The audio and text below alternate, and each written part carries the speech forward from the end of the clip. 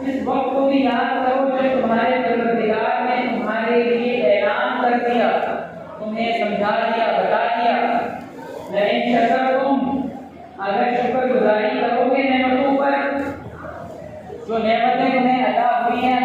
پر شکر گزاری کرو گے، ان پر اللہ کا شکریہ ادا کرو گے، لَأَزِيدَنَّكُمْ، تو نعمتیں بڑھاؤں گا۔ اللہ تعالیٰ فرماتے ہیں لَأَزِيدَنَّكُمْ، میں ضرور بضرور نعمتیں تمہارے اوپر بڑھاؤں گا، نعمتوں میں اضافہ کروں گا۔ یہ ضرور بضرور کے الفاظ اس عربی لفظ کی تعبیر میں داخل ہے، ضرور اضافہ کروں گا۔ اور اللہ سچوں کے سچے ہیں، اللہ کا وعدہ جھوٹا نہیں ہو سکتا۔ نعمتوں کا اگر تم نے شکریہ ادا کیا تو تمہارے لیے نعمتیں ضرور بڑھاؤں گا، ضرور بڑھاؤں گا۔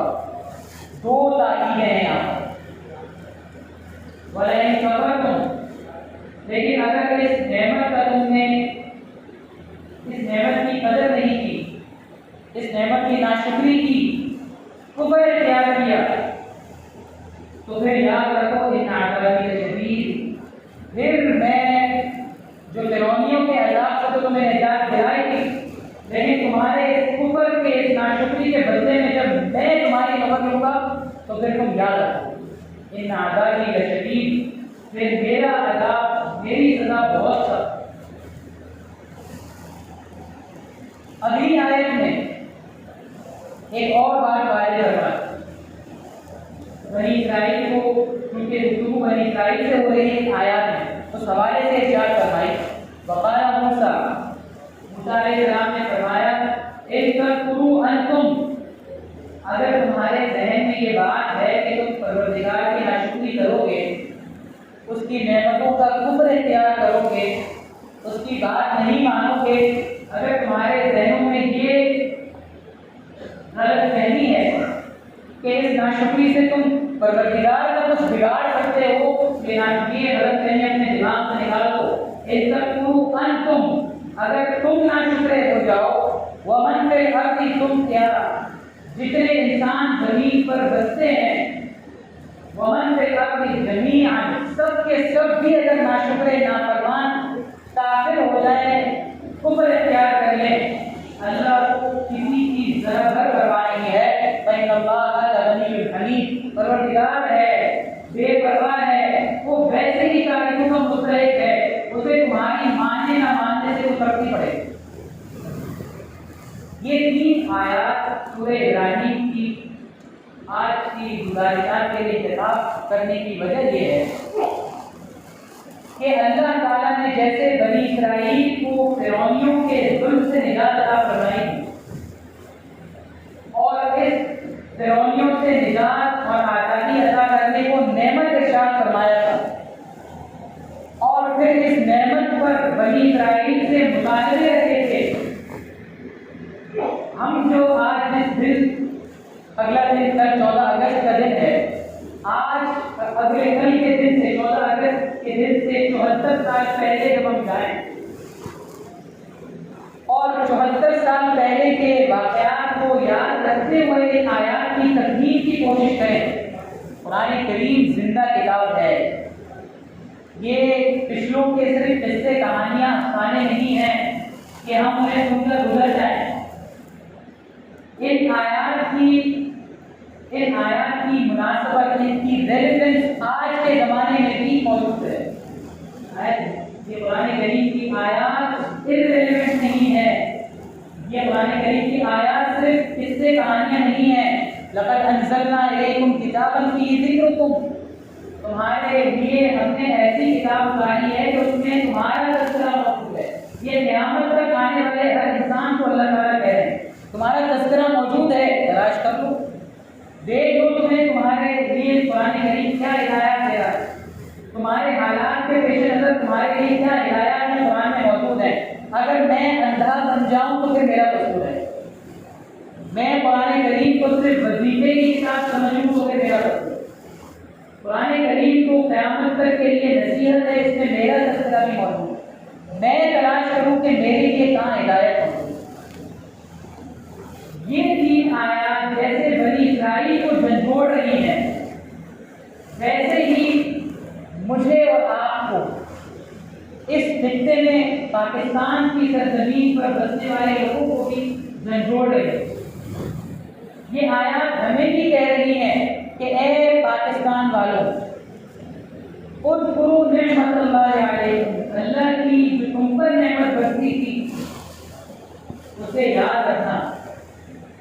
74 سال پہلے تمہیں بھی نعمت دی گئی تھی، اسے یاد رکھنا۔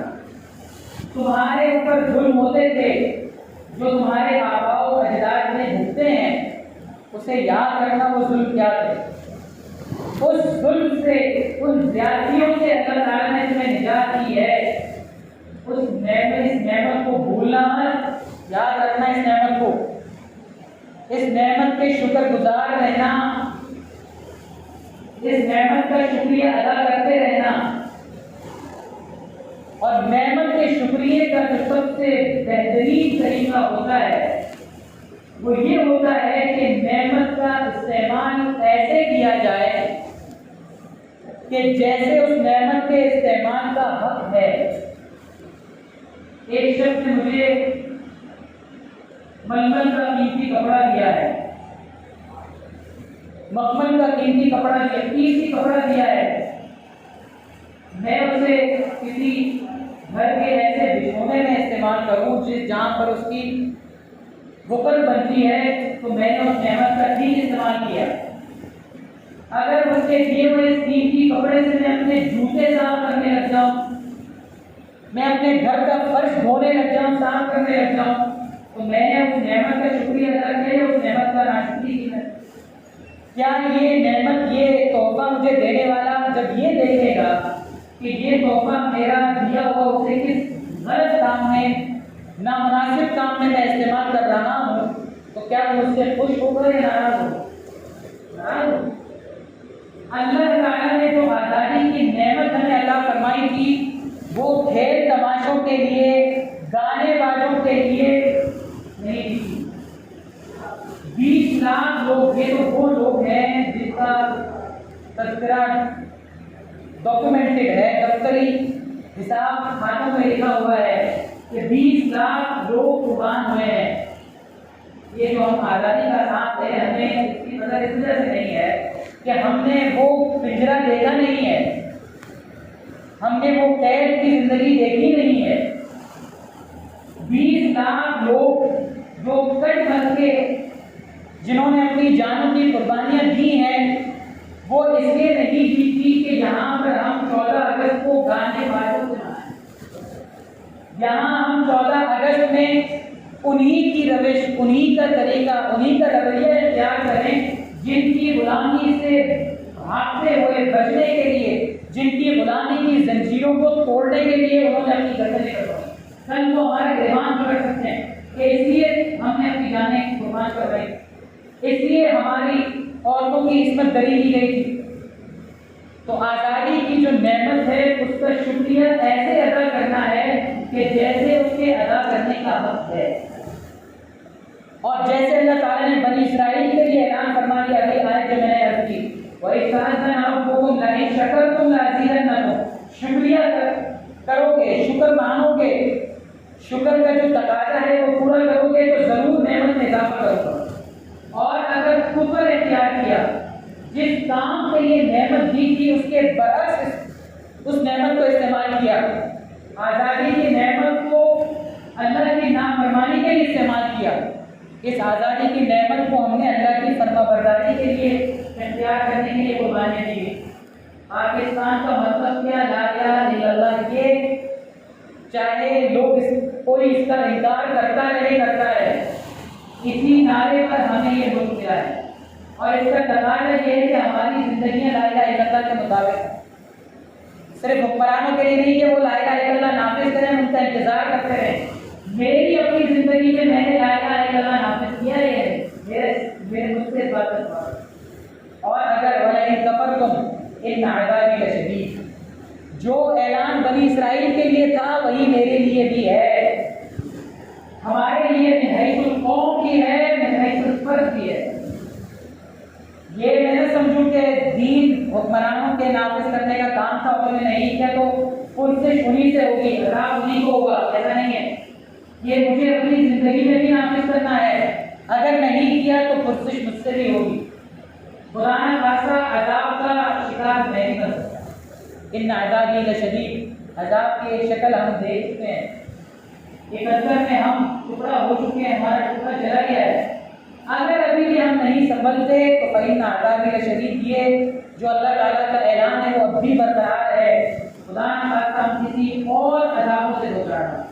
اللہ تعالیٰ ہمیں سمجھ عطا فرمائے، آزادی کی نعمت کی صحیح قدردانی کی توفیق عطا فرمائے، آزادی کی نعمت کی جو زکوٰۃ ہے انہیں پورا کرنے کی توفیق عطا فرمائے۔ آپ کو